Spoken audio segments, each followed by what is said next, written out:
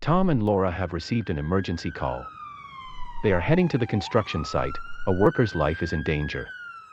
When they arrive, Tom inspects the worksite and Laura examines Josh, the injured worker.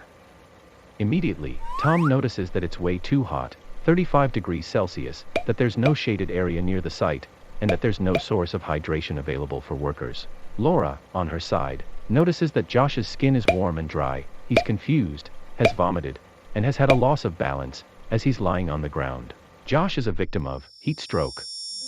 The employer did the right thing by calling the ambulance, as the heat stroke can lead to more severe consequences, such as a loss of consciousness, convulsions, and even death. Laura then implements the required actions in case of heat stroke, quickly lowering the body temperature by any means possible, ceasing physical efforts, placing the person in a shaded area under observation, encouraging drinking water or liquids with sodium.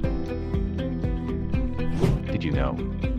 Did you know that there are other health effects following heat stroke? As a matter of fact, the symptoms are the following: syncope, heat exhaustion, heat cramp, heat edema, burn, or sweat rash. How could Josh and his employer have prevented the heat stroke?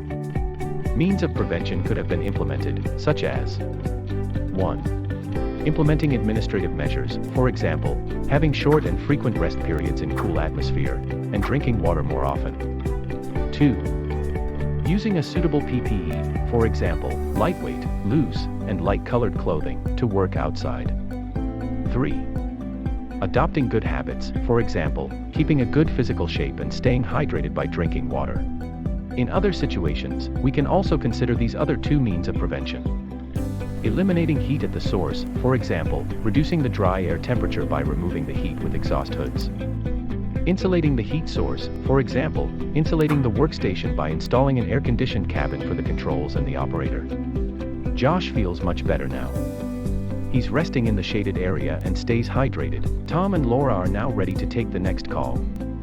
To learn more about this topic, please consult our e-learning platform and catalog, as well as our training and professional services in risk management.